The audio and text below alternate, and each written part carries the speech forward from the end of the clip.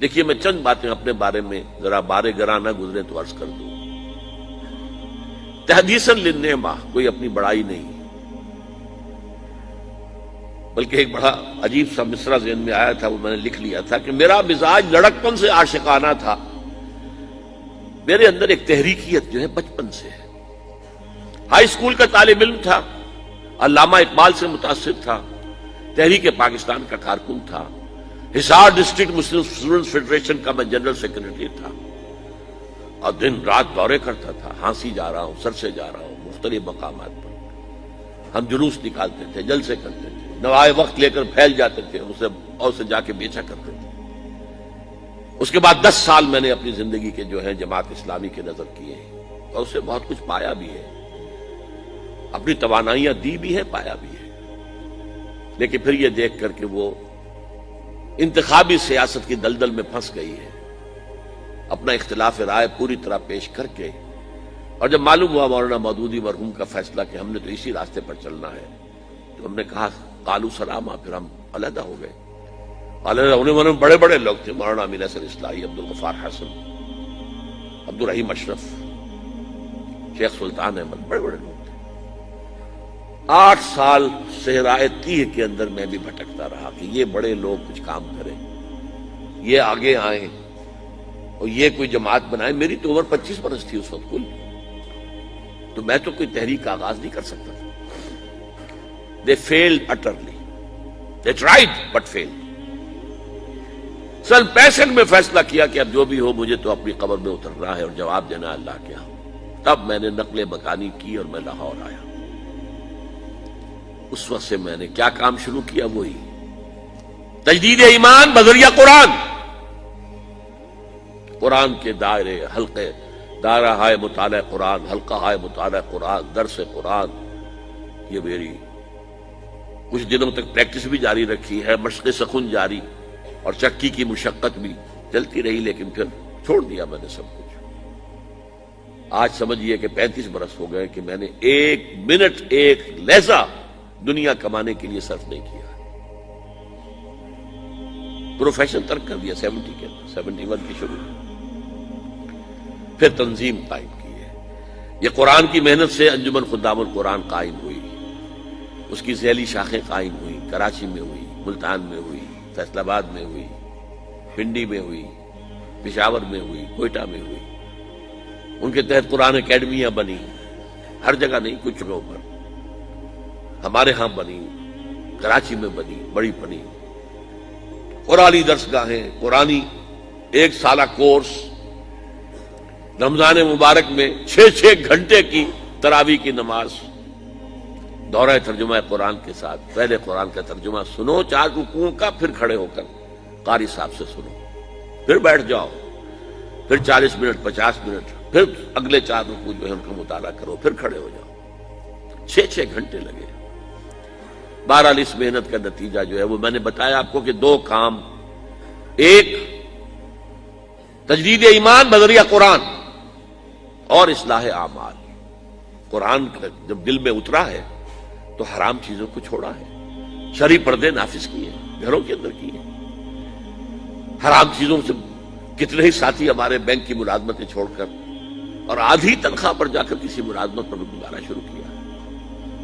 کتنے ہی تھے جو کہ رشوت لیتے تھے اور ان کے گل چھرے تھے، اور اس کے بعد ان کے سوکھی روٹی ہو گئی، گوشت ان کے گھر میں آنا بند ہو گیا. یہ سب کچھ ہوا ہے، ہو رہا ہے. رفتار کم ہے لیکن ہو رہا ہے. یہ نہ سمجھی کہ ہے نہیں، ابھی نظر نہیں آ رہا ہے لیکن ہو رہا ہے. اس کے بعد تنظیم اسلامی قائم کی کہ بھائی اب اگر قرآن تو کہتا ہے قائم کرو دین کو، ہم نے اپنے رسول کو بھیجا ہے دین کے اظہار کے لیے، غلبے کے لیے، جہاد کرو اس کے لیے.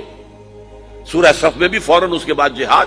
یا ایھا الذین آمنوا ھل ادلکم علی تجارۃ تنجیکم من عذاب علیم تؤمنون باللہ ورسولہ وتجاہدون فی سبیل اللہ باموالکم وانفسکم.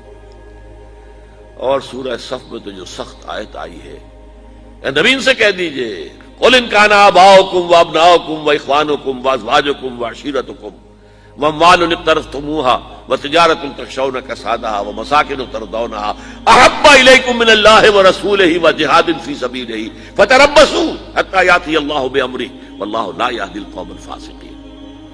اے نبی کہہ دیجئے اے لوگوں، اگر تمہیں اپنے باپ اور بیٹے اور بھائی اور بیویاں یا بیویوں کے لیے شوہر اور رشتہ دار اور وہ مال جو تم نے بڑی محنت سے جمع کیے اور وہ کاروبار جو تم نے بڑی محنت سے جمائے ہیں اور اندیشہ رہتا ہے کہ کہیں کساد بازاری نہ ہو جائے، اور وہ محل جو تم نے تعمیر کیے ہیں، جو حویلیاں بنائی ہیں جو تمہیں بہت محبوب ہیں، اگر ان 8 چیزوں کی محبت اللہ اور اس کے رسول اور جہاد کی محبت سے بڑھتی ہے، اگر زیادہ ہے تو جاؤ دفعہ ہو جاؤ، انتظار کرو یہاں تک کہ اللہ اپنا فیصلہ سنا دے۔ اور اللہ ایسے فاسقوں کو، ناہنجاروں کو زبردستی ہدایت نہیں دیتا۔ تو آؤ بھائی اب اٹھو، قرآن تو یہ کہہ رہا، قرآن پڑھا ہے تو اب اس قرآن کی پکار پر لبیک کہو۔ لہذا اس پر پھر تنظیم اسلامی ہم نے قائم کی ہے۔ بہرحال 1965 سے جو میں نے لاہور آ کر کام شروع کیا، اب یہ 2005 ہے، پورے 40 برس مجھے ہو چکے۔ اگرچہ ایکٹیوسٹ کی حیثیت سے تو میں اپنے زمانہ طالب علم سے ہوں، اور درس قرآن تو میں نے میڈیکل کالج کا طالب تھا تب سے شروع کر دیا تھا، لیکن یہ تو میرے 35 سال جو ہے، 40 برس اس کام میں لگے ہیں۔ اب میں آپ سے تعاون مانگتا ہوں، من انصاری اللہ، بلکہ میں اس سے آگے بڑھ کر کہتا ہوں من انصارنا اللہ۔ اب چونکہ جماعت ہے، تنظیم ہے، اب میں اکیلا نہیں ہوں۔ گئے دن کے تنہا تھا میں انجمن میں، یہاں اب میرے رازداں اور بھی ہیں، ساتھی ہیں میرے، ایک قافلہ چھوٹا سا ہی چل رہا ہے۔ اور میرا معاملہ تو یہ ہے کہ میں تو اب چراغ سحری ہوں۔ کبھی کبھی آج کل مجھے خیال آتا ہے یہ میں اتنا ایکٹیو ہو گیا ہوں، میں 33 دن کا انڈیا کا دورہ کر کے آیا ہوں، اور کم سے کم 30 دن تو روزانہ رات کو یہی نشستیں رہی ہیں، 2 گھنٹے تقریر، 1 گھنٹہ کوسچن آنسر، اور دن میں اس کے علاوہ پروگرام بے تحاشا۔ یہ میں نے کیسے برداشت کر لیے، کیسے جھیل لیے؟ میں ڈائبٹیز کا مریض ہوں، میں بلڈ پریشر کا مریض ہوں، میرے کمر کے اندر 2 جگہ پر جو ہے لین ہے، میرے گھٹنوں کا آپریشن ہو چکا ہے، میں کھڑا نہیں رہ سکتا، میں زیادہ دیر بیٹھ نہیں سکتا، یہ تقریر میں بیٹھا ہوا ہوں، ویسے بیٹھنا پڑے مجھے 15 منٹ تو میرے کمر میں درد شروع ہو جائے گا۔ اس حالت میں مجھے کچھ نہیں ہوتا، کوئی شے مجھے جو ہے پریشان نہیں کرتی، لیکن ویسے تو میں 15-20 منٹ بھی بیٹھوں گا تو میری کمر میں تکلیف ہو جائے گی، کھڑا رہنا تو ممکن ہی نہیں ہے، بیٹھ کر نماز پڑھ رہا ہوں۔ تو میرا خیال ہوا یہ چراغ سحری جیسے چراغ بجھنے سے پہلے بھڑکتا ہے، شاید یہ کیفیت میری ہے، واللہ عالم۔ بہرحال میں آخرت کے لیے بہت آگے گئے، باقی جو ہے تیار بیٹھے ہیں، میں اس کے لیے 10 سال سے منتظر ہوں، اور اپنے لیے اس وقت سے میں کہہ رہا ہوں کہ بھائی میں نے جو کام کرنا تھا میں نے کر لیا، اب اللہ اگر کوئی اور کام لے رہا ہے تو یہ تو نافلۃ منہ، ان کی طرف سے ایک نفل ہے جو ہے، ورنہ میں اپنا کام کر چکا تھا۔ اب مجھے اولین تعاون جو آپ سے درکار ہے، آج میری بات کو اچھی طرح سمجھنے کے لیے کچھ تھوڑے سے پیسے اور کچھ تھوڑا سا وقت صرف کیجیے، چند کتابوں کا مطالعہ کیجیے پوری طرح گہرائی کے ساتھ، اور نوٹ اس کے اوپر کیجیے، مجھ سے اختلاف ہو تو بیان کیجیے آ کر،